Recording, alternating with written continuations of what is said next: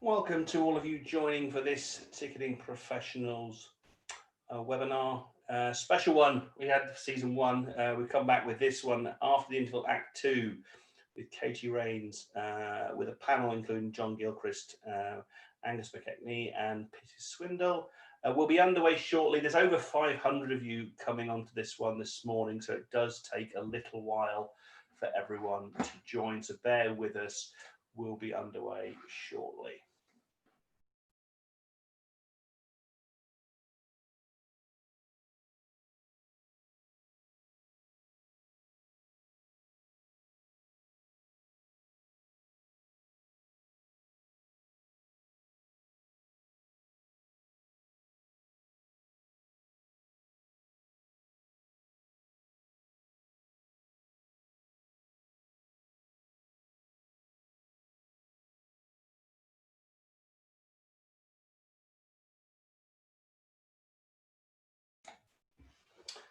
Hello to those of you just joined. We're still waiting for, still a couple of hundred of you still trying to join right now.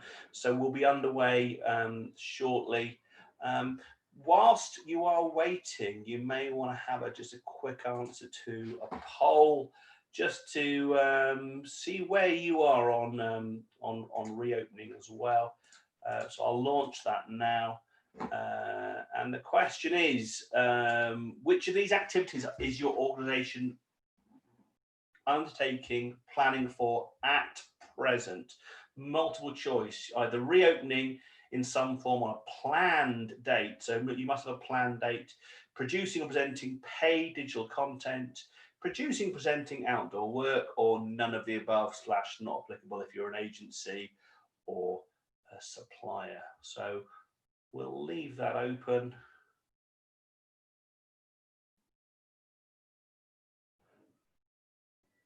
As that goes through, and I can see we still have a few of you joined, but we'll leave that open for another 15 seconds. So which of these activities is your organisation undertaking, planning for at present? That's the key thing here. Reopening in some form on a planned date, producing or presenting paid digital content, producing, presenting outdoor work, or none of the above. And we'll close that out in 5 seconds. So if you're just joined, quick chance to vote on that poll.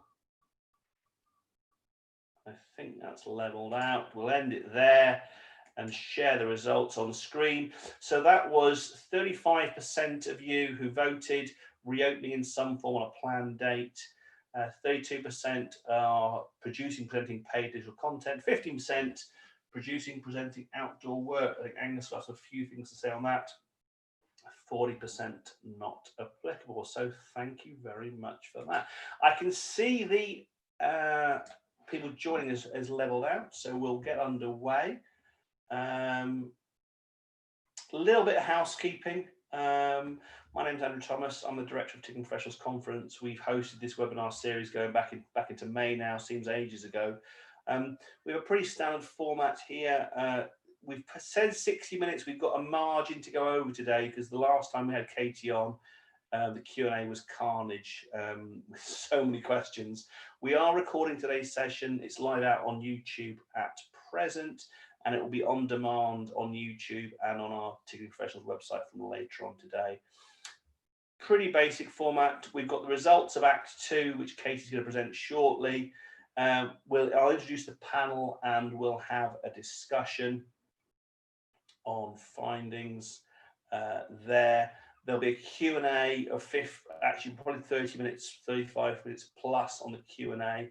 If you haven't used Q&A before on Zoom, you'll find it in the toolbar marked Q&A. And we've also enabled chat today, which we normally turn off chat. And the reason for that is because last time we had a lot of people talking to each other in the Q&A. So if you want to use chat, you can use chat for that to discuss things. If you want to put in the Q&A, you can give a thumbs up to questions you like and comment on questions as well. That helps us kind of prioritize the questions we'll put to the panel. So without further ado, I'm going to hand over to the woman with all the answers, Katie Rains. Katie, you there? I am here. Thank you very much. So I'm going to attempt to share my screen. See if we can get this to work. It has disappeared. This happens to me every time. Just like that government bailout. Oh, it really is. Okay.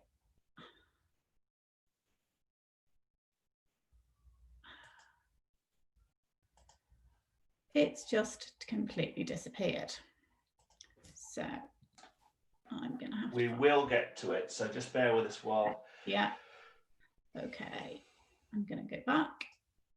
It's like PowerPoint works against you, Katie, sometimes, isn't it? Yeah, it doesn't like it. Let's try continue. Okay, here we go.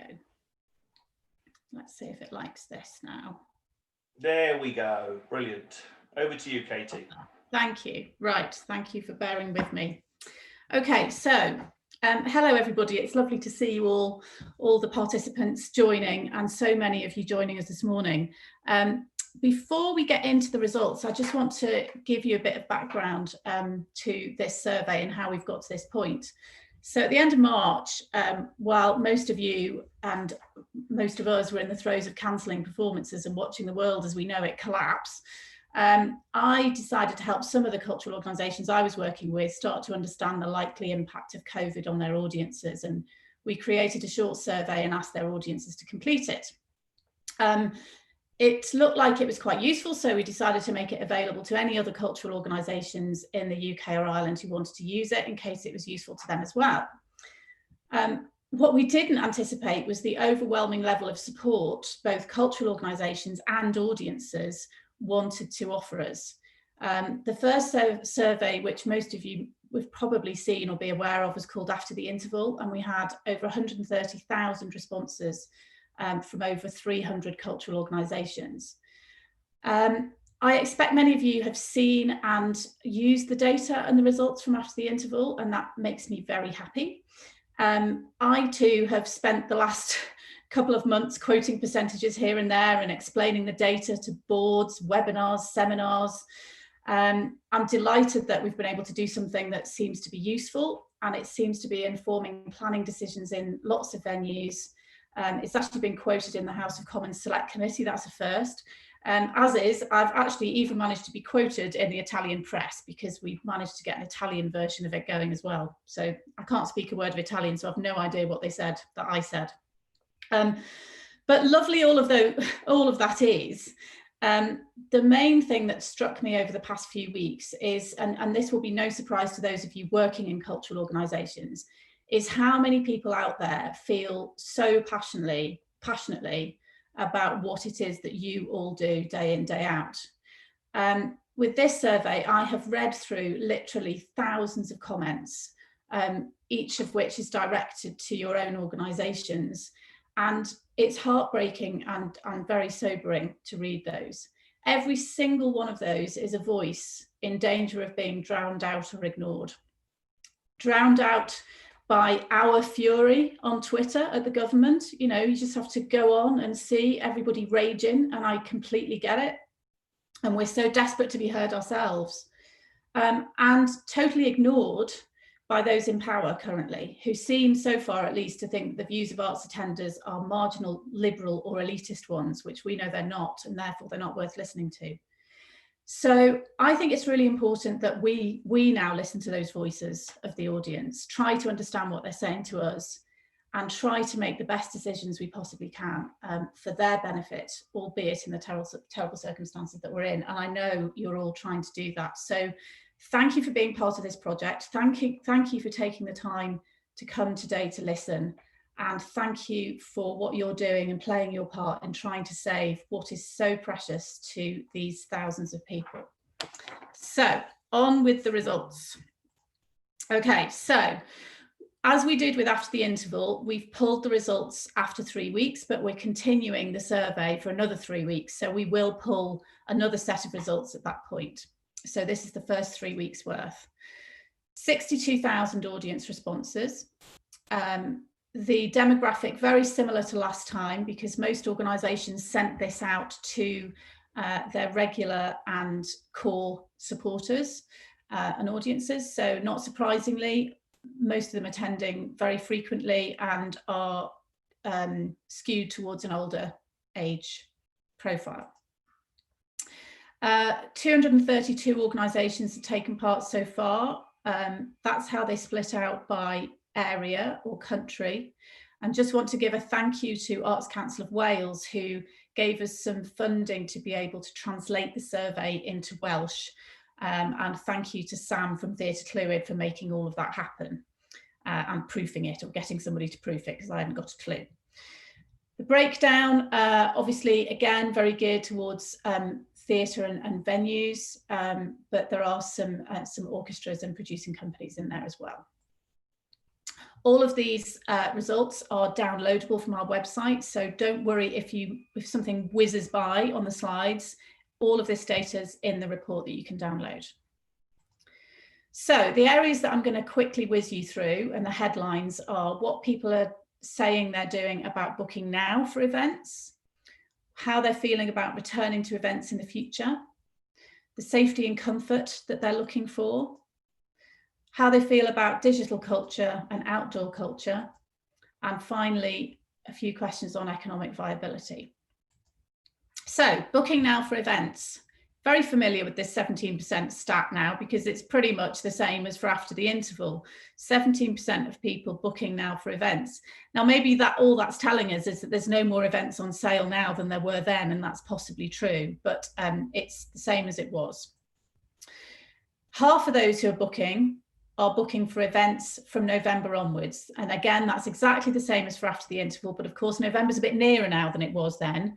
And again, I suspect this is just a consequence of the actual events that are on, because I don't think many people have put new events on sale during this period. So perhaps that's all that's telling us. We added in this question this time. So the event that you've booked for, what are you expecting to happen? And nearly 70% of those people who've booked for events that aren't generally before November are expecting them to go ahead. 42% expecting them to take place under restricted capacities, but a quarter of them expecting it just to take place in the way it's been publicised, which I find astonishing, but anyway. And only 4% are expecting it to be cancelled. So if we get to the situation where we've got mass cancellations again, we've got some messaging problems and difficulties here, and I think it's just worth the comms people being aware of the, you know, that will be a surprise and a shock to audiences, even though it won't be to us. So when you're coming back, so these are the people who said, no, I'm not currently booking tickets at the moment. So the people who said no, we said, well, when would you consider booking?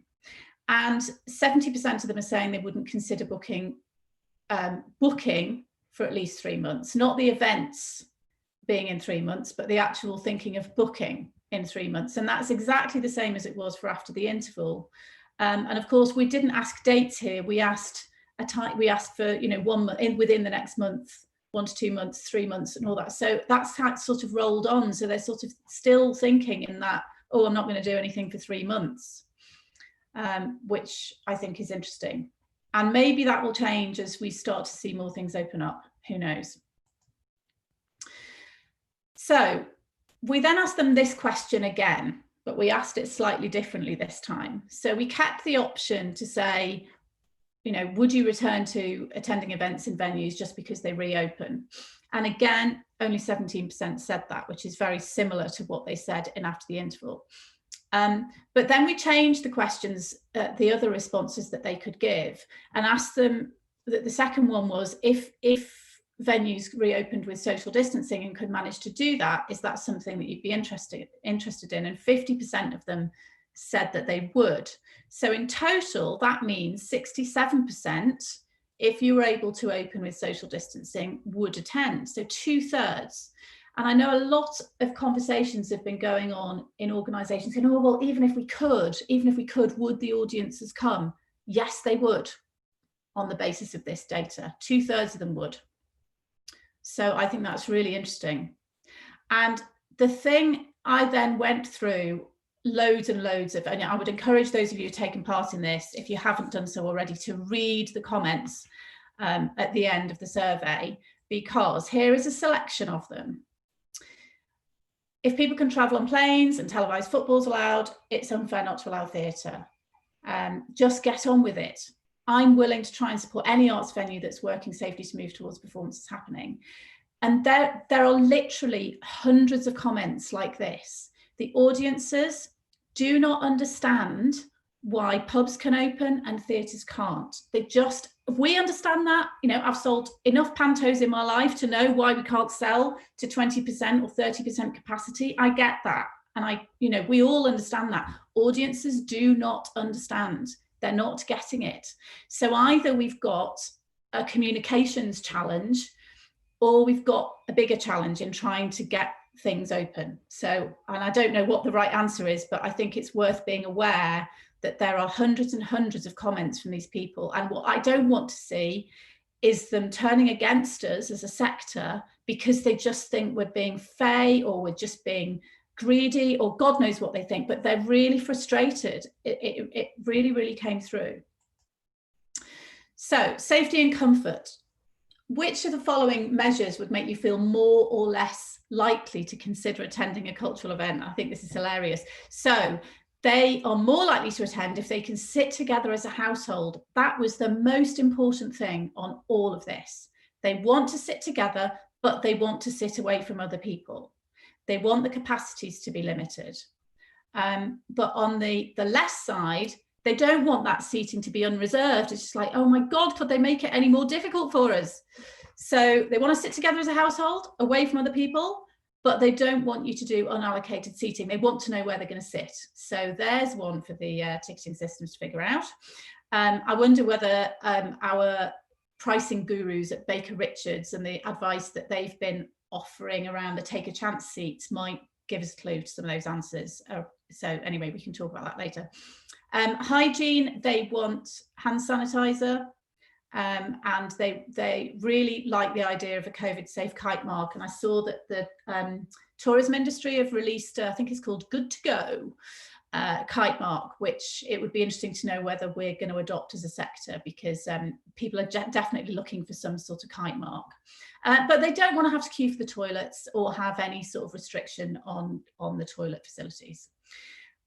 In terms of avoiding people, they want queue management. And interestingly, a schedule arrival time was quite important to them, much higher than I thought it would be. But they want the staff to wear masks, but they don't want the audience to have to wear them.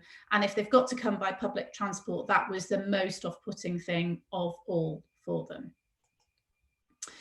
Digital. Now this starts to get very interesting. So, have you engaged? I know there's some other studies on this as well, but have you engaged with any cultural events online? And remember that these are your most loyal attenders. These are the people that are attending 4 or more times a year live performances.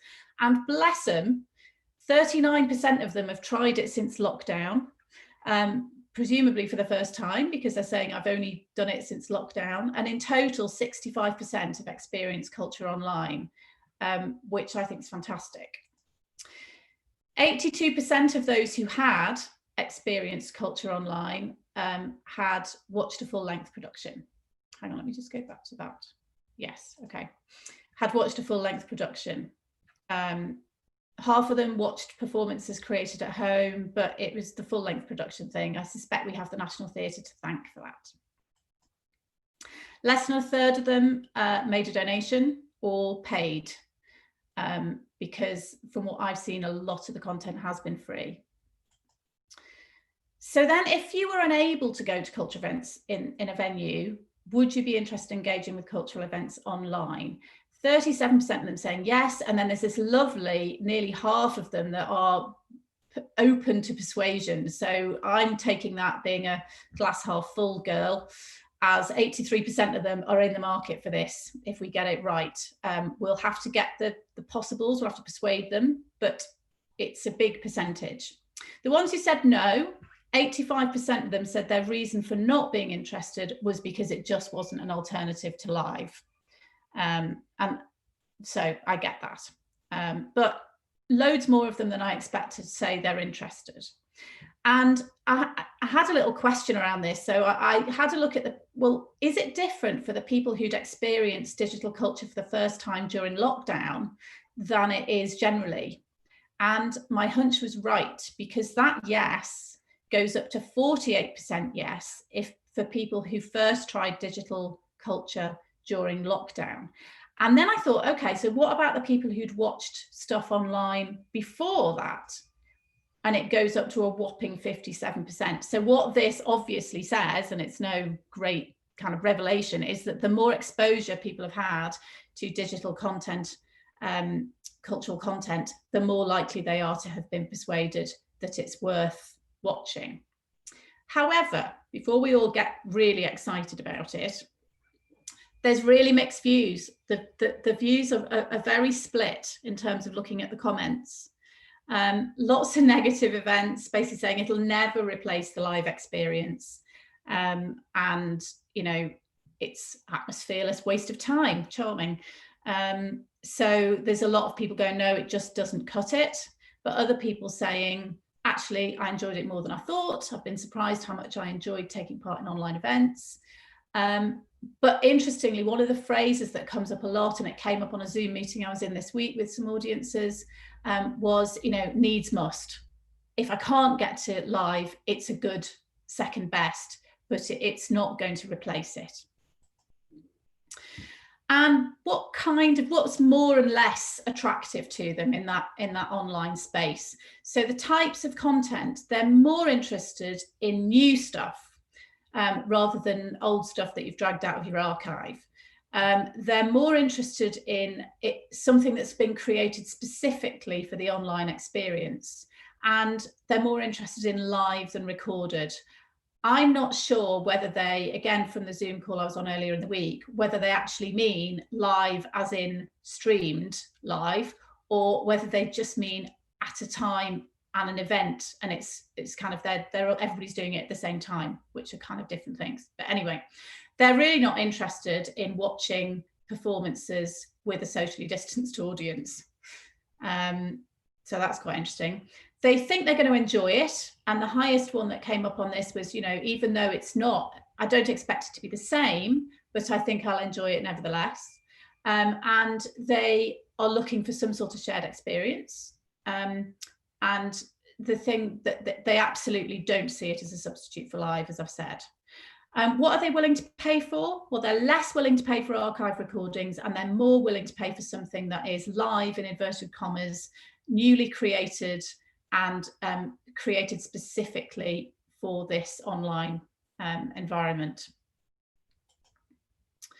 Outdoor. So we asked very similar questions about outdoor work, and 94%, Angus will be pleased to know, from Outdoor Arts UK, is joining us on the panel, 94% are interested in culture outdoors. Bigger percentage of people saying yes, absolutely. The people that said no, unsurprisingly, the main reason that they gave was unpredictable weather. They were much warmer to outdoor options generally than they were to digital. There was less of a split in the comments.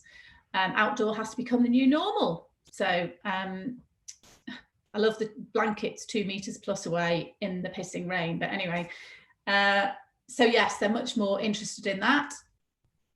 Interestingly though, what do they actually want to see outdoor? And they just want to see outdoor versions of what they usually see in a venue. You know, they're not kind of going, oh, let's go and watch something mad. They just want you to do what you're doing in a venue outside. And I'm sure Angus can give us some guidelines and some help on to what extent that's a good idea. But they just basically want to replicate it outside. But more of them are willing to pay what they would have paid, and I've put same as live, and of course it is live if it's outdoor, but kind of they would pay the same as they would have done in the venue. Over 70% of them would pay the same as they would for a kind of in-venue live experience. So they're definitely more willing to pay for this than they are for digital. And then the final bit of the survey asked a question about how worried they are about the financial viability and survival of the organisation that sent them the survey.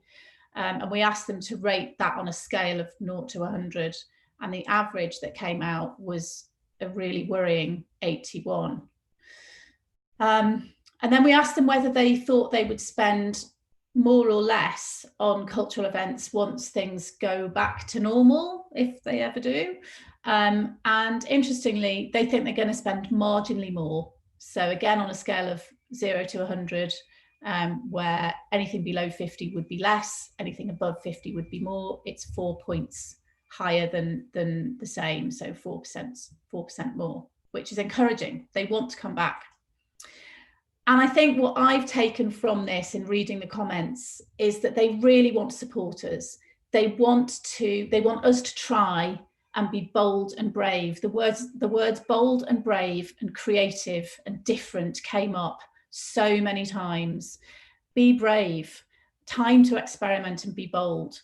You know, so a lot of organisations, I think, maybe not a lot, a few organisations, I think, could be in danger of using the audience as the excuse for not being bold and brave. Oh, you know, our traditional audience wouldn't like that. And I understand that, but actually they're telling us they want us to do this, and loads and loads of comments around that. So a quick, the things that were the same across Act 2 and after the interval, how can we see how consumer attitudes are changing week by week? Well, the percentage of respondents actively booking now hasn't really changed. It's sort of dipped a bit and has gone up again, but I suspect that's just to do with availability of product. The percentage of bookers who wouldn't book for at least 4 months, so the percentage of people who aren't booking now but wouldn't book for at least 4 months, again, has remained pretty static, and that just rolls on. And the percentage who would just come if venues reopened was around about 19-20% and has dropped with Act 2 to 15-17%. Now, we changed the other questions other than that one slightly, and it had the question about social distancing in, which the previous one didn't. And so I think that's the reason for that drop. But there's basically about 17, looks like about 17% of the audience that would just come whatever if you opened your doors, but that's not enough. So the social distancing thing is quite important. Yeah. Okay, so finally, before we get onto the panel, so please use the data, go to our website, download the at a glance findings, download the full report. Some of the stuff I've just summarised here, there is, especially around digital and outdoor, there's lots more detail on that, so you'll be able to drill into that. We've also, again, got an online dashboard where you can go and have a look at things and drill down by organisation type, by location, by frequency. And there's still time, if you haven't got involved in Act 2, there's still time to get involved in the UK and in Ireland. Outdoor Arts is launching a version of their own survey specifically for organisations doing outdoor arts. So if anybody's doing that and would like to be part of that, then that's going out today. And that's me. Superb, superb. Now I'm going to see if I can replicate the smooth transition. Yeah, thanks. There we go. There we go. So we've got a great panel. Katie and I, when we put this together, Katie's great research, us doing a lot of webinars, thought a panel would be the best way. So hopefully, Avengers Assemble, our panel should magically appear now, and I will introduce them. First up, we have Angus, you got to mention there, Angus McKinney from Outdoor Arts UK. Angus, do you want to introduce yourself and just give us your thoughts on those findings? Yes, hi, thank you very much. Yes, I'm Angus. I'm the director of an organisation called Outdoor Arts UK, and we're an Arts Council funded membership organisation that exists to provide advocacy for the outdoor art sector. And when I say sector, I should probably define that a little bit, because it's sort of not really a sector as such. It's a group of different disciplines and parts of other sectors united by the fact that we don't usually perform with a roof. It's as simple as that. So it takes on board a very broad number of art forms. And that has been one huge advantage, is that we haven't had buildings to maintain, and we haven't had ticket revenue to rely upon in these circumstances. So while it's not been the most brilliant time for our sector, we've had a different kind of impact. And quite a lot of my members are very used to working from their front rooms. So Zoom wasn't quite so much of a surprise to them as it was to other people. I was very interested in the very first bit of the survey that showed a move towards potential outdoor engagement by audiences, and absolutely the qualification that's come in part two, that largely people want to see what they've been seeing indoors in a different environment because outdoors is deemed safer. That's quite interesting because that chimes with my experience as a programmer. I used to program a festival at the National Theatre on the South Bank that took place in the square in front of the building. In fact, that's on the wall behind me. And that festival, I found as I increasingly was programming it over the years, it was often really good to be offering similar work to that was going on inside, as well as kind of completely different, as you say, crazy stuff that had nothing to do with people's usual perception of what a cultural event might be. So one of the things that has happened in this is, of course, the roadmap with no timeline or money beside it did give us a little moment of excitement when stage 3 said outdoors would be one of the first things to come in, and then the outdoors is repeated in stages 4 and 5, goodness knows when. But again, it's a question of what that might look like. So suddenly my inbox and phone was flooded with quite a lot of venues or indoor producers seeking advice on how they might move outdoors. And I'm just going to say that we have the network to help facilitate that. We have production managers who are experienced at doing outdoor work. We have health and safety people who are experienced at writing risk assessments that have always involved careful audience control in public spaces. Obviously, the whole terrain of that has changed quite a lot, but it's something that we're very used to doing. In fact, alongside programming, half my job was about crowd control and also about how to communicate that to keep numbers down. So there's a lot of experience there. There are also artists out there who are very good at knowing what does or doesn't work in the outdoor environment. And I think that is crucial. It really isn't, as I'm sure many people will know, a question of simply picking up your show and putting it outdoors. In fact, that can be a terrible thing to do, and especially with the unpredictable weather. Although sometimes it really works well, you know, so there's no hard and fast rule to that. So I've been talking to a lot of venues and saying, right, go and look at your car park, look at your park, look at your local estate where you might do stuff. Some organizations are looking at the possibility of bringing new work in. Others are looking at the possibility of adapting work. So we're there to support that. We are indeed doing our own survey of audiences inspired by all the interesting work that was done. And the one final thing I would just say is, while a lot of this is sort of done a little bit in panic, I spend a lot of time looking at health and safety risk assessments and worrying about how to facilitate outdoor toilets and cleaning and things like that.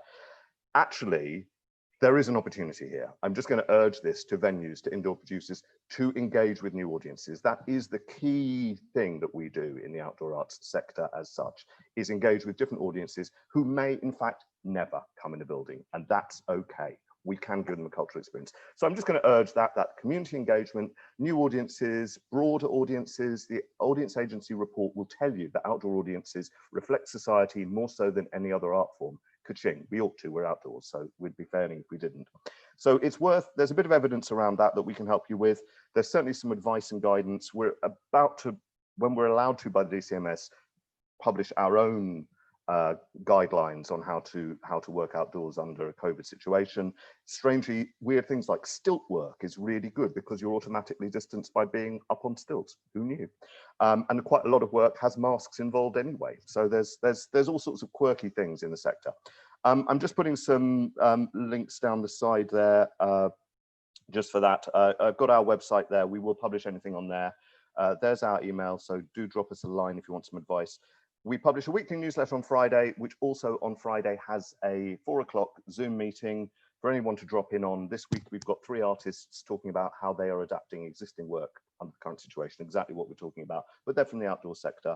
I put the audience agency report if you want a bit of evidence as to why you should be outdoors. And then indeed, there's the survey, which we're sort of launching today, but SurveyMonkey seems to have screwed us over by going on a maintenance 24-hour break. Damn it, how did we miss that? Anyway, do stay in touch with us, and I'm really happy to answer some questions, but you can keep in contact with us those ways. Angus, thank you very much. I can see the Q&A blowing up nicely. Oh, Lordy, sorry. No, I can see the Q&A building up. So, you know, while we meet our last 2 panelists, if you want to have a quick check out of the Q&A, those of you that are here, and give a thumbs up to good questions, or maybe add your own question as well. Next up, someone I've been on a panel with like 2 or 3 times this year. I think it's Peter Swindle from Little Angel Theatre. Peter, how are you? I am great, thanks Andrew. Yeah, so I'm Peter, I'm the Executive Director at Little Angel Theatre. For those of you who don't know us, we're a children's theatre based in North London with puppetry as our sort of principal art form. Since lockdown, we've been producing daily content for our YouTube viewers. That's ranged from Jack and Ori style storytelling to associated make-at-home sort of puppet-based activities to sort of full-on mini productions for children. It's grown hugely while we've been doing this. So when we started lockdown, we had about 1,000 YouTube subscribers, and we've now just this week broken 10,000. And since lockdown, we've had over 400,000 views of our digital content. I think just to echo some of the things that Angus said about digital content, most of our digital content is produced for free. And the accessibility and the connection with new people who would just not be able to come to our venue through this content has been sort of overwhelming. So we've had a national and international following, people who've said, well, I just wish I could come to your venue at some point in the future, but actually this has been a way to engage with them, as well as a way to keep engaged and communications going with our existing audiences. I think for us, in terms of the Indigo survey, one thing that we found really interesting was, I think our hunch was that some of the younger generations and the parents that we see as our sort of key decision makers in terms of buying tickets were really more confident in returning to venues than the older generation, which was something that we found surprising and has helped us in our decision making and has been really useful. We're excited about this enthusiasm for outdoor activity that has been shown in this latest survey, and we've sort of started to have some initial conversations about what we might do, maybe a little puppetry picnic series. And so I'm keen to hear what Angus's advice is on all of that, because that's something, although we do a summer party, it would be a new step for us. And also just the consistent interest in digital culture. And I think for us, it has been, we have not put any of our archive productions on.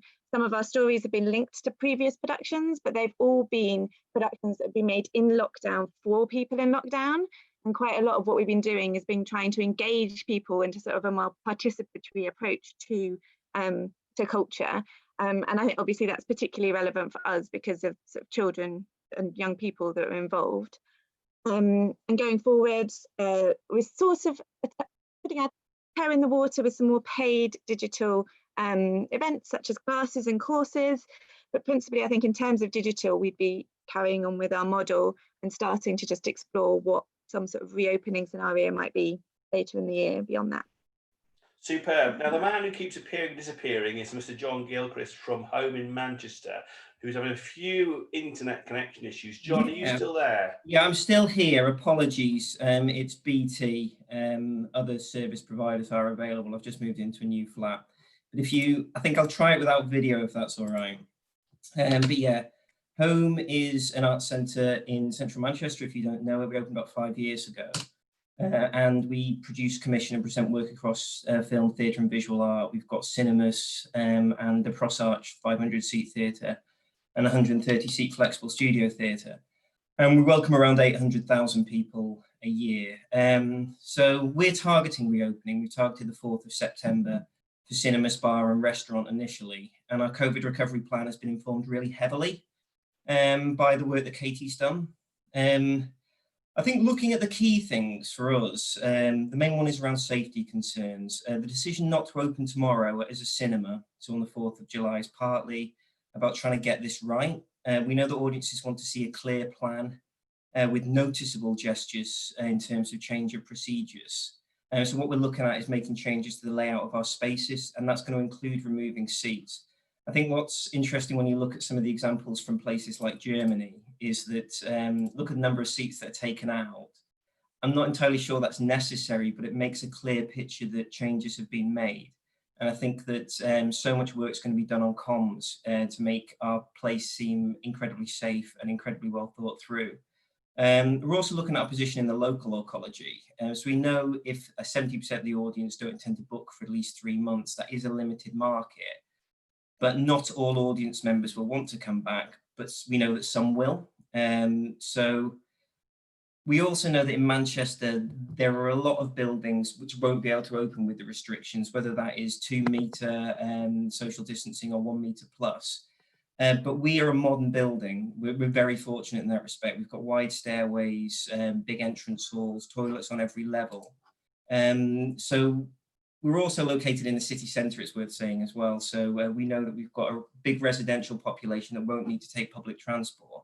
So we think there's a market there for us. But what we want to do is not just see ourselves working in isolation. We want to support the local ecology if we are one of the venues that can be early openers. And that will include what we can do to support the freelance economy in the city, because we know they're the people who've been, frankly, most affected within the industry by the crisis. And the final one, it's picking up what Peter was saying as well around digital. We know that not all audience is ready to return. So the research shows there is still demand for art if you can't attend live. So we've been pioneering a program online called Homemakers, which will work with theatre makers, artists, and it's people like Bryony Kimmings, Javad Alipur, Theatre Ad Infinitum, to create work which is very specific and new for online. And what we've decided is we're not going to drop these just because we're able to open the building. The research shows that we need to provide something which is very much for people who can't attend. So I think for the foreseeable future, it's going to be opening with limited and social distancing in place, but also ensuring that we don't forget the people who, through health conditions or other geographical reasons, can't attend and experience our art. But yeah, that's where we are. Brilliant, brilliant. Thanks for that, John. We got there. Right, Q&A is blown up massively. We've got 28 panel, so I think we're going to have to whiz through some of these. As ever, we ignore the top-rated question, go to the second one first. Peter Ianson, regular contributor, asks, it's a comment really, Katie. He said he'd like to see a word cloud for the respondents' comments to see what stands out. That's interesting. Do you think that would be possible? Is he offering? Is he off? Peter, are you offering? It's, of course, anything's possible. We are doing this. Right, okay. Any offers appreciated, but yes, it could be done. Yeah, last week's did, or when we did last, it did descend in, would it be possible to add ... So yeah, Peter, you volunteered yourself there. So top of the pile, 26 thumbs up. Get your questions in the Q&A button. Richard Howell, hello Richard, asks, what do the panel feel the impact on ticket buyer attitudes will be in the event of continued uncertainty? So your pubs are open, supposedly great, but you know, this uncertainty, will they remain patient and supportive, do you think? Quick whiz on the panel on that one. Peter, do you think your audience will remain supportive, you know, in this uncertainty? I think on the whole, I would like to say yes, but I mean, we ended up cancelling a lot of our performances in quite a staggered way, just because we weren't sure how long it was going to start, but it's going to carry on for. And we did see sort of a bit more attrition towards the end about sort of things like credit and donations and things like that. So I think it's a real challenge. I'm not sure whether they will remain as patient and supportive as they have, particularly when they see other industries around us. And I think Katie's point about the fact that a lack of understanding of why it's a problem for us versus something like a pub. John? I think it'll be, I'm trying the camera, let me know if it cuts out. I think it'll be program dependent. I think that people will expect additional conditions on ticket purchasing to enable cancellations or changes. But I think if we can provide a compelling, interesting offer, the demand will be there. I think with cinemas, it's going to be very much program dependent and what is available through distributors. But I think we can rely on a percentage of people who are just committed to us as venues or companies. But I think everyone else, it's not thinking that we can just throw anything onto our stages, onto our cinemas or into our galleries and people will come back. I think we've got to remain as innovative and try and create exciting programs which will encourage people. I think my personal view on it is that people will take risks to go and see things that they've been desperate to see and desperate to get out. And I think people will just basically enter into a risk-benefit axis and will basically make decisions on the basis of, is it worth risking being out in the public in order to experience this thing. So I think we've got to really consider programming amongst marketing. Okay, thanks for that. Katie, I take it you're going to keep on tracking that benefit, that perception in any future wave or any future act. Yes. Yeah, absolutely. I'm really worried about that bit, as I said in the presentation. I think I was on a Zoom meeting this week where audiences actually thought it was cheaper to produce digital content, and any of you who've been doing modelling around that will know that it's just not, and it never makes any money, even for the big organisations. So I think we've got to rethink how we engage and communicate with our audiences and explain what we're doing and why. And I think if they can see us trying stuff and they can understand why we're making the decisions that we're making, we're far likely to keep them being supportive. But I just think they're really confused and frustrated, and I think there's a danger that it will just turn on us if we're not careful. Brilliant. Angus, have you got anything to add on that, or should we move on, because we've got some outdoor ones coming up? Just one thing is I believe there was a big rush on people booking for the drive-in version of Six the Musical. And with all due respect to Six the Musical, I think it was because as much as it felt like a safe bet of like, well, I can see that working, I can see why that won't be cancelled. So that kind of instant confidence around that seemed like a very, very positive thing. And in terms, this isn't quite related to ticket sales, but in terms of trialing, certainly we're looking at what might be our first outdoor event, and it looks like it might well be Greenwich and Docklands International Festival having a go at something in August that we will then live stream to kind of demonstrate that it's possible. And we will, if we do that, we will live stream the safety measures as much as we will live stream the shows, just to try and help people gain some confidence there. Okay, the next one is about streaming, and it's an interesting one because it's got a question, then two people have commented, so I'll summarize it. Verity asked, and we had this discussion in the first version of this webinar, is there any point in investing in streaming equipment when, about what we have to offer when the National's doing it for free? And there's some comments in there about, free stuff coming to an end. Do we feel that that's true, that it's not worth investing, or would any of you argue there is a case for investing more in streaming technology? Well, firstly, I'd say people are prepared to pay for it, and I think we have to stop giving it away for free. I know that's controversial, but I just think that it's expensive to produce, and we need to get people to pay for it. And the little bit of research I've done with one organisation around how people might be more willing to pay for things, they seem to want an event. They seem to want an event at a time. They seem to give that value in a way that they don't if it's just stuck online for them to watch whenever they want. Maybe that's specific to that organisation. And I think you have to figure out what the value to your audience is and weigh that up against the cost. But I don't think it's ever going to be I don't think it's ever going to be profitable. I think it's always going to cost you money. So you're always going to be investing in it. But I think audiences will pay something for it or donate. And I think we have to try all those things. But I just think giving it away for free is misleading to everybody.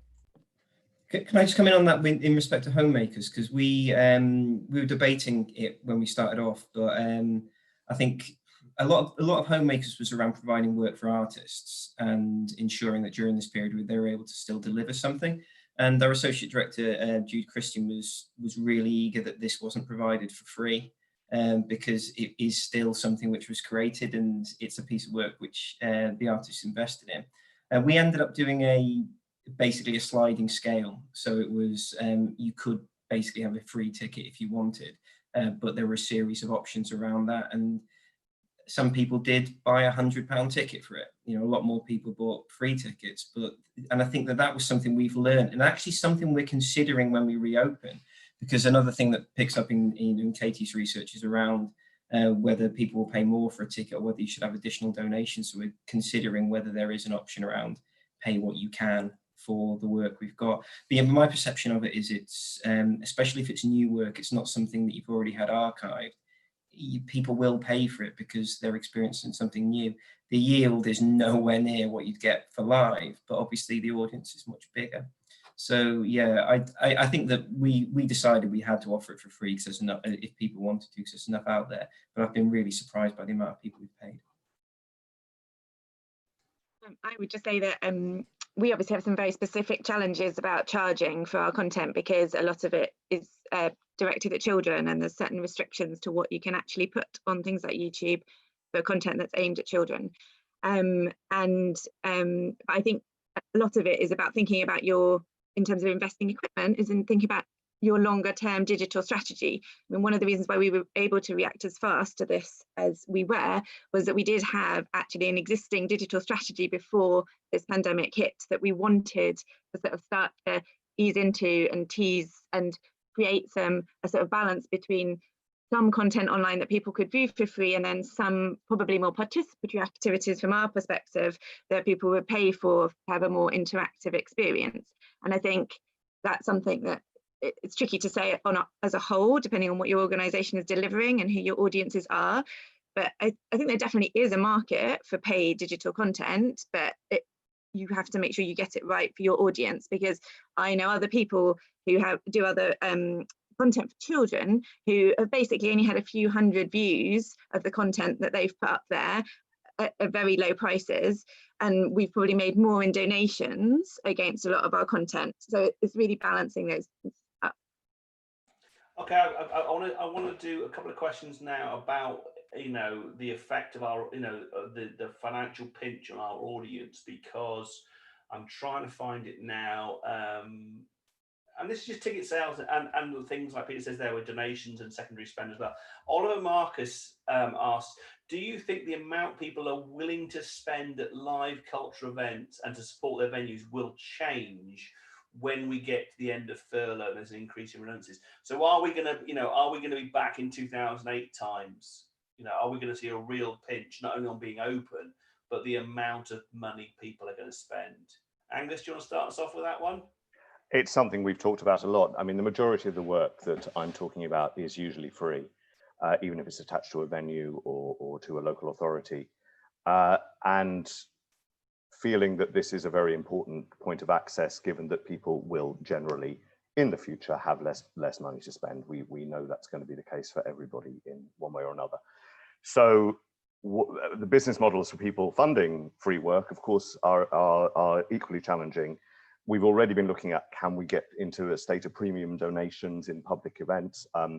Interestingly, the buskers are looking at the fact that nobody wants to use cash anymore, all these tiny little things that are going on there. Of course, it's going to be challenging times. And I think the free offer is going to be an important one if we're going to actually continue with our sort of diversity. John, pinch on admissions and secondary spend, being a city centre location? I don't know. I think it's going to depend from venue to venue. I think going back to the idea of the basically the big premium tickets, I think that there are enough people with money who have been deprived of art for a period of time who would pay £1,000 for a ticket to Hamilton if they got a chance to see it now. I think there is a richer audience who will continue to pay at a rate for socially distanced art. I'm sure if the Royal Opera was to be putting on full operas, that's probably a bad analogy because it's really expensive, but there are enough people who will pay high amounts in secondary spend for certain organisations. I think the pinch will be felt in cities with less money, and the pinch will be felt in respect of audience development, and especially in terms of communities that are further away from the infrastructure, can't use public transport, or I don't want to use public transport. And I think that we will find there are enough people who will come back. And I think that while the West End won't be flooded, I think that there are enough people who will pay for those tickets and pay for secondary spend, because there's enough people who haven't been affected by this or retired, so it's got less impact on the pension funds. I think the impact will be in the middle ground and the lower ground. And I think that's why what we can't do is just jack up prices, I think, or forget about audience development. I think it's a real opportunity to bring new people into the venue, especially from a younger demographic in the first instance, but that can't be done while paralysing them with expensive ticket prices and unaffordable additional ancillary items. So I think that's my view on it, but it's not backed up with anything other than instinct. Okay, Katie and Peter, can I move on? I've got a question to put to you two, and I want to fuse two questions together now, because they've jumped out at me, which I've got to find them now because people have been voting on them. So first of all, hold your answer on this one. Claire Gulliver says there seems to be a disparity between people being adamant they simply want to see indoor events replicated out of doors, and those that are saying be bold, be brave, be creative. And then to go with that, Rob McPherson, hello Rob, previous guest, says neither outdoor nor digital can deliver essential revenue fast, but they both increase costs and risks. Is there not a huge risk that being creative, busy and bold, which kind of goes back to the previous question, gives the impression we can cope, and then when this fails, it'll be the sector's fault and not the government's? So balancing up, and Angus, you can come in here as well, I think at some point, about balancing up being brave and bold, but also is there a risk of by doing that we're going to hang ourselves? Can I come in on this first? I think we have to put ourselves in the minds of the customer and not in the minds of the artist. You tell an artist to be brave and bold, they'll do something very different to perhaps what the audience mean when they're saying be brave and bold. I don't think they're asking us to go off and create loads of mad stuff. I think they're asking us to try and be creative and think of ways around whatever our situation is in the organisation we happen to be in. So yes, of course, if you're in a big theatre that cannot possibly open in a socially distanced way, you know, being brave and bold and creative is thinking around how you engage with those audiences. And maybe you can't do outdoor, maybe you can't do digital. And then in that case, the being creative is about how you engage with those audiences and talk to them and explain all of that so that they don't blame you for not doing it. So I think it's about being open to looking at different ways and not just accepting that we can't do it in the way we've always done it, so therefore we're not going to do it. We're not going to do anything. I know it's very easy for me to sit here and say that, but I just feel that they need to see us trying to do something. And they wouldn't want us to go bankrupt. Of course they wouldn't in doing so. It's got to be within our means, but they just need to see us trying and telling them what we're trying to do. That's the sense I get from reading the comments. I think I'd agree with that as well, in the sense that what we've done in terms of our digital content is incredibly different to anything that we do on our stages. It's all about sort of bringing that participation forward and really helping with homeschooling and with all of that side of things. And we're not trying to deliver the same thing that we were delivering before, but we are trying to keep supporting those people. And we sort of, it's about really valuing the support and the well-being support that arts can bring to families, young people, and everybody. And I guess it feels like if we just sort of step back and throw our hands up a little bit and say, well, we can't really do anything because we can't afford to do it, we're not sort of proving the value of that. Like the fact that we've had all of those views in something that's very different and engages people in a very different way sort of shows to me how important it is, and gives actually some evidence to go forward to some of these people who are sort of doubting our value as to why it is important and why people are so hungry for this.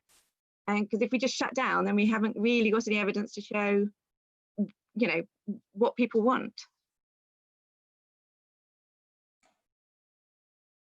Can I just come in? I think that one of my challenges is that I think the idea of taking work and putting it online why don't you do an NT Live, or saying why don't you basically take your work and put it outside, is disrespectful to the people who do NT Live and the skills, experience and expertise they've developed over years and years, and disrespectful to people like Angus who have made specialism in creating work outside. I worked for a year at the Duke's Lancaster and I did one park show.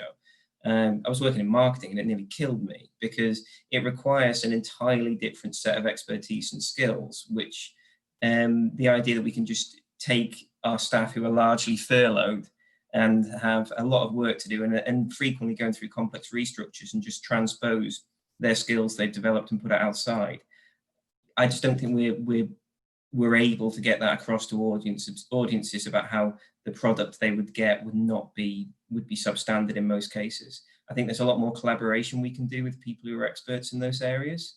You know, we had it in respect of outdoor screenings, so drive-through screenings and things like that. And we were like, yeah, it's not there are people who will do it and will totally support them, but in the nature of our art house cinema program, you know, it doesn't really support going to see, you know, our Viva Spanish and Latin American Film Festival outside in a massive drive-through cinema, and that suits blockbusters more.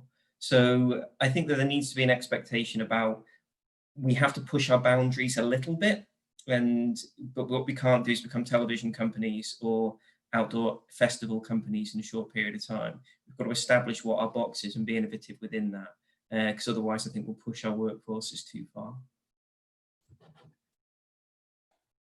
Angus, anything to pop in? Yeah, I mean, I'm aware that it being bold and brave is financially challenging. In an ideal world, when and if we see this financial rescue package come along with timelines, that would be part of the consideration, that there is actually some kind of temporary measures here that are not affecting that grassroots venue support that is, you know, essential to keep all of our cultural ecology alive at the moment. I would be hoping that this would be seen as something separate. It's just interesting to see that Coventry 2021, which is largely going to be an outdoor event, has just moved by 6 months this morning. They've announced that today as being a way of maintaining that. And it feels like these short-term measures that show some kind of confidence, which I think is what we're talking about. I would hope that there's some kind of financial line in there. However, I'm not that confident, I have to say, of course. Brilliant. Thank you for your answer on that one. There's quite a few, Katie, there's quite a few questions in the Q&A about the survey, and I don't want to, as much as it's a great survey, I don't want all the questions to be fired at you, like, does it include X, Y, and Z? I wonder if Flo's on. Flo, there's quite a few, I've seen you answer a few questions. There's quite a few questions in there about, you know, are you able to segment by this and look at different things? So if Flo's on, it'd be great if you could answer a couple of those questions, maybe by text or comment on them at least, because I don't want to dive into too many of those, but we may have to. I've lost where I was. I scrolled too far. I'm going to find the question, which was about public transport. Found it. Hannah Mackenzie. No. Oh, it was Hannah Mackenzie. There was a mention on not wanting to use public transport. Did any of the comments suggest that audiences did not want to travel as far? Were there those comment questions, Kate, that people didn't want to travel as far? I think I'd encourage you to look through your own results. I didn't see anything. Nothing jumped out at me on that.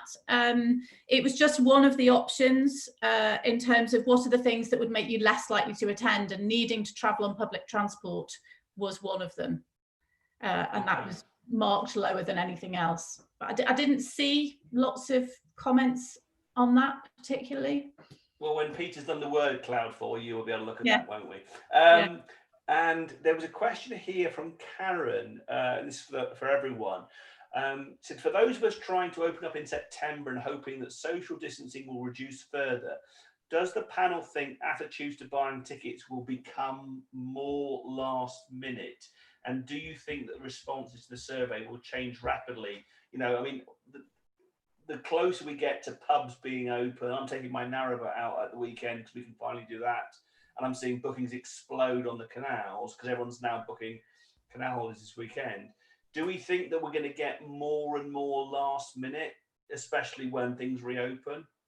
I'm not sure it'll be more last minute, but I think as soon as people announce that they're opening, there will be a massive, just as there has been with the holidays. I would just say on that, I think what your refund and exchange policy is will be really key, because if you're not offering people the ability to exchange their tickets for credit, should they be ill, why would they book months or weeks in advance? Because they might get ill, and if you're not going to let them change those, they're not going to book. Yeah, I'd agree 100% with that. I think one of my biggest fears isn't actually what we've got at the moment. It's the potential of a second wave, local lockdown, or or a second spike. We need to be clear with audiences that when they buy a ticket, there is a really adequate refund and exchange policy within that. We have a very late booking pattern anyway, especially within cinema. So I'm expecting it to go the other way because there's limited capacity and more demand. We're going to be relying exclusively on advanced bookings. Theatre's going to open a lot later. Well, not a lot later. We'll open as soon as we can, but we imagine that won't be until October in many respects. But my instinct is we're going to have to rely on advanced booking almost exclusively just in order to be able to control the numbers, because we certainly won't be able to give tickets out without taking details again. So yeah, my instinct is in the first instance it will be the opposite of that, I hope. Angus, Peter, on last minute, move to last minute, anything to add? I mean, we're similar to John, really, that because of the family nature of our venue, a lot of people do book quite last minute anyway, because they're worried about their kids being sick or, nap times and things like that. So we get quite a lot of last minute bookings, and we have started talking in our organisation and thinking about what our exchange policy needs to be going forward, because I totally agree with Katie. I don't think anyone's going to book if they feel that they haven't got that flexibility. I have no evidence for this, but I also feel though with limited capacities, there will be, if you're down to a third of your regular audience, there will be a kind of panic to buy. So I don't know if that would come into it. I don't know. I just a thought. One here specifically for you, John, if you want to take this one, from Damien Vincent at the Mac in Birmingham. Hello, Damien. Question for John. I understand you remove seats in the cinema. How do you think you can maximise capacity without selling unreserved? Trade secrets, come on. We are very fortunate to have got some funding from Esme Fairbairn Foundation to look at this, and we're working with a consultant called Katie Rains to establish how to do it. Yeah, we obviously, if you do reserved, we don't tend to do reserved seats in the cinemas because we do screen swaps. So basically, on the day we can move screens between cinema 1, cinema 2, cinema 3, dependent on demand to increase potential. We're not anticipating doing screen swaps in the first instance. But the problem is it's selling seats in units. I mean, without going into too much detail, it's about creating aisles so no one is sitting in a position whereby they have to cross over somebody else. Especially with 1 meter plus, it's less actually issue around proximity of people. It's the fact that if there is a 2-hour-long film, there's nothing to say someone won't go out for a wee. So we need to protect that. So there's pros of doing reserved seats, because obviously then you can control where people sit. But there's cons in terms of the fact that if lots of people are booking one seat, it's how you can control that. So there's also the fact that we know our customers like to sit in particular areas of the cinema, so they may well arrive early in order to get the best seats. If we want to maximize potential, we'll have to look at that in very, very different ways. There's a massive complex algorithm around this, and I think there's going to be an element of trial and error. But also, we're fortunate that we're opening a lot later than some other countries. So we're taking examples from Holland, from Germany, in terms of the way the cinemas are working and seeing what's worked and what's not. But we know that there's going to be something that's got a chance of irritating some of our regular customers either way. But we just need to ensure that in Cinema 1, we're anticipating about 48 seat capacity in a 230 seat cinema. So what we can't do is have, and that's with people being in blocks of 2. If they're just in blocks of 1, it's not financially viable. So yeah, Katie Rains to report back on that hopefully soon. Well, now she hasn't got to host these blooming webinars. There's lots of comments in there. We're not going to get through everything, and I see some people are putting comments in there having to leave. We're going to carry on for another 10 minutes, and this is being recorded, so it will be on the website and YouTube later on today. Lots of comments in here. We're not going to get through them all. There's a lot of questions and commentary really on messaging and government policy and those kind of things as well. And I'm just going to whiz through. I saw some that popped up for me to Leon. Let's go to Leon. Leon Gray. He says, we are receiving theatre with very limited programme of our own produced work. what options are there for cultural organisations that don't produce work? We can't exploit digital and outdoor cultural events thanks to the complete lack of funding. We have no money to invest in producing new work either.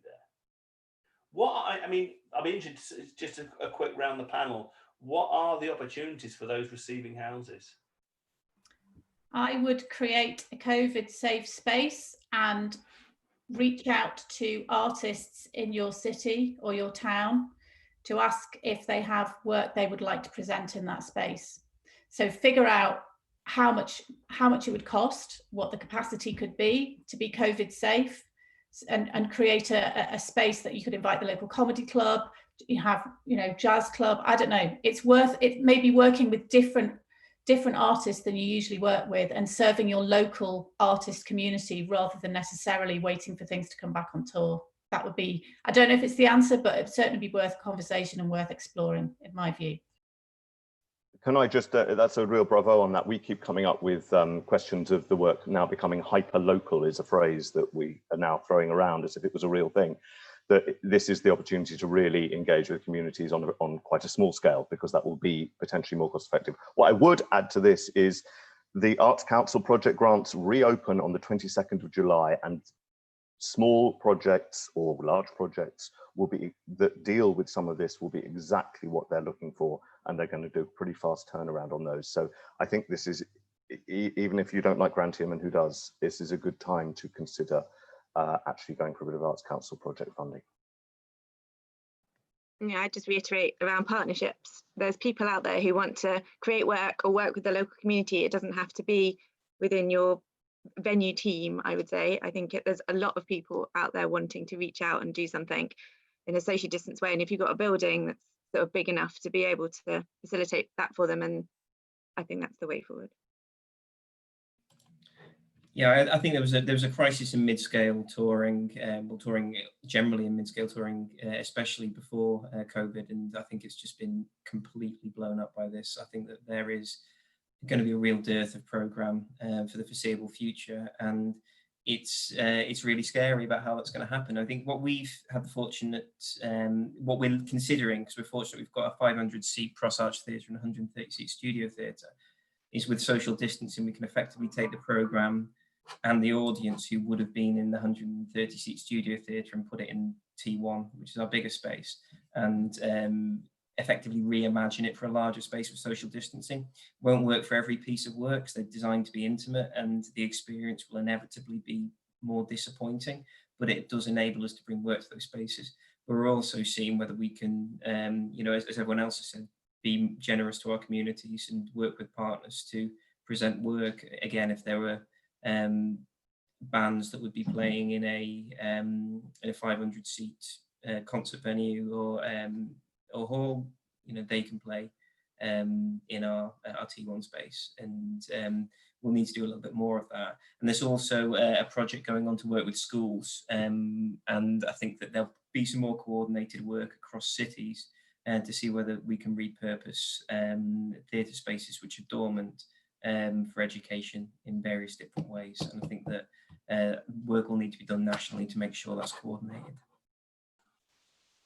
Okay, we're a couple of questions away from wrapping this up. So if you want to, you can go into the Q&A and drag all of the Q&A, copy and paste it, because a lot of the questions have turned into discussions and comments. So if you want to do that now, jump into Q&A and you can copy and paste the results into WordPad or into Word. I want to try and fuse two questions again together here, which is, there's one from Anonymous that says, does the panel have any thoughts or insight on a Mousetrap at St Martin's announcing that it'll open with government stage 4 recommendations on October the 23rd in relation to the survey data? And then fusing that with Jonathan Saville had said, it's hard to have flexible refunds, because I assume that the Mousetrap will give refunds if it can't reopen. But Jonathan raised the point, again, we've heard so many times that the money's not ours to give back to the customer, it's the producers, the promoters. So in this new normal, will we have to rethink where the money lives and ongoing our whole refund policy. So 2 points there. One, thoughts on the mousetrap saying they'll open on the 23rd of October. And secondly, are we going to have to change how we handle customers' money? I think the mousetrap will be deluged, is what I anticipate will happen. I think they'll get loads of people booking for it. I haven't read what they're planning to do or how they're planning to do it, whether they're doing it with any form of social distancing. I need to read up on that, so I don't really know, but I do think there'll be a big appetite for people going. It'll be interesting to see what happens. In terms of the refund exchanges question, and I know it's easy for me to say this because I'm not having the conversation with the commercial producers, but isn't it time, with 70% of theatres likely to close by Christmas, isn't it time for the commercial producers to actually start offering us something back, and time for a new contract with them? And I don't know, some sort of levy or pot or something that allows us to be able to do this. This is about survival, and they won't survive unless we survive as venues. So I'm sorry if that's difficult, but I just think that absolutely has to be tackled. A new contract, a new relationship with commercial producers. Well, I mean, we've seen, that I watched the news this morning that, that 50% of outpatients in Wales were seen by video consultation. We're doing Zooms and meetings and job interviews and castings by video conference. The phrase "new normal" is becoming quite boring, but if we're ever going to change this archaic idea of who owns the money, or who allows refunds or dictates policy, maybe now's the time it's going to happen. John, Peter, do you think there's going to be a change there? I think so. I mean, I'd be interested to see what any government investment program in theatre or the arts more generally looks like. But I think it needs to prioritise what we can do to catalyse, if that is a word, tours and work to go out. I think in the sense of the mousetrap, I guess there is a version whereby you put it on sale now, you start selling tickets. It's a gesture. It's something that the West End's getting reopened again. It's not massive overheads on that show. So if they have to put it back and reallocate tickets later on down the run, I think it's positive that somebody's trying to get work going. I think we need to be clear in the messaging across the sector, and we've tried to do that with our messaging around reopening, is that there is no one size fits all. We've been able to reopen because we've got cinemas, or we're not even sure if we can. We're able to target a date of the 2nd of September because we've got cinemas. If it was just a producing or receiving theatre, that would not be possible because we wouldn't be able to attribute the overhead to support the theatre. But I think that there needs to be something to either incentivise the venues or incentivise the producers to bring work. And then there needs to be more of a sense of generosity, which there is, but not across the board, that the producers understand that ancillary trading is going to be massively hit. There'll be more people who just turn up to experience the piece of work and then go. And everyone's models are going to change. And I think that sense of generosity has got to be met with some form of investment to encourage that to happen.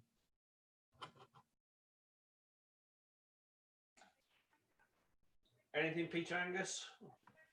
Anything I would say is sort of echoes back something that Katie said a little bit earlier. Is one thing that struck me during this time is how little audiences and the government and even each other understand the sort of delicate ecology of the theatre, and how each element is such an important building block to how things evolve, right through from the training and the youth theatre and the TYA at the bottom to the West End producing houses and all of the points along the way.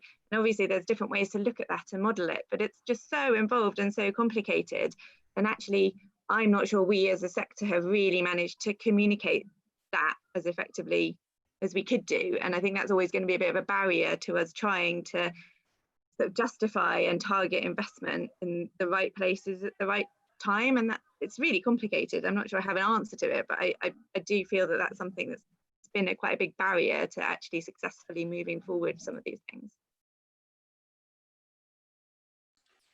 Okay, well, that was your last chance. If you want to grab what's in the Q&A or chat and copy and paste it, I think there's a huge amount of outrage in the Q&A about government fundings and bailouts and stimulus packages and the need to act now. Some really strong words and probably rightful opinions. I'll just start this one right at the bottom. I found from Joe Michelle who runs Singing Professionals in Australia. Hello, Joe. It must be late in the evening for you, but they've already been reopening, and they're saying they're finding ways with small spaces for creative development and smaller intimate performances is working. So nice to end on a positive there from Australia, Joe.